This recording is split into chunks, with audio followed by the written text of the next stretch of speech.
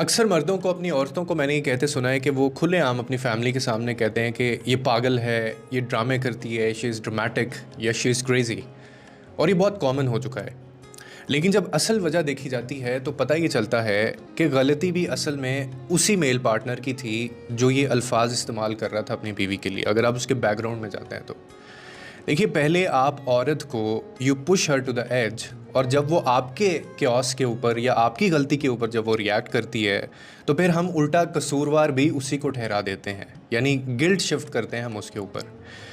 अब इसका हल ये नहीं होता कि आप उसे ड्रामा क्वीन कहें या आप उसको कहें कि ये पागल है, ये हमेशा ऐसा करती है। इसका सिर्फ बेसिक सा एक सोल्यूशन ये है that you hear them out. आप उसको समझें, औरत को समझें। औरत समझना चाहती है अगर आपको समझाना आता हो तो। असल बात यह है कि औरत के जो जज्बात हैं ना, वो कभी भी कमज़ोर नहीं होते, बल्कि वो हसास होते हैं। She is sensitive, but drama नहीं करती वो।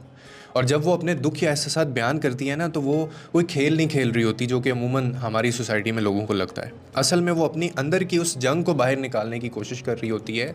और ऐसे वक्त में अगर आप उसे तसल्ली देने की बजाय आप उसको पागल कहेंगे, आप उसको ड्रामा क्वीन कहेंगे, तो आप असल में उसके अंदर जो एतमाद है आप उसको भी मार रहे हैं, और उसके बाद वो ये नहीं कर पाएगी। सो ऑलवेज़ रिमेंबर कि औरत को इज़्ज़त और जो वैलिडेशन है वो चाहिए, उसको तंज या गिल्ट शिफ्टिंग या उसको पागलपन नहीं चाहिए।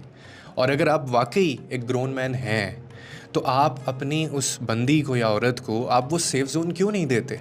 आप उसे सुनते क्यों नहीं? आप उसके एहसासात को तस्लीम क्यों नहीं करते?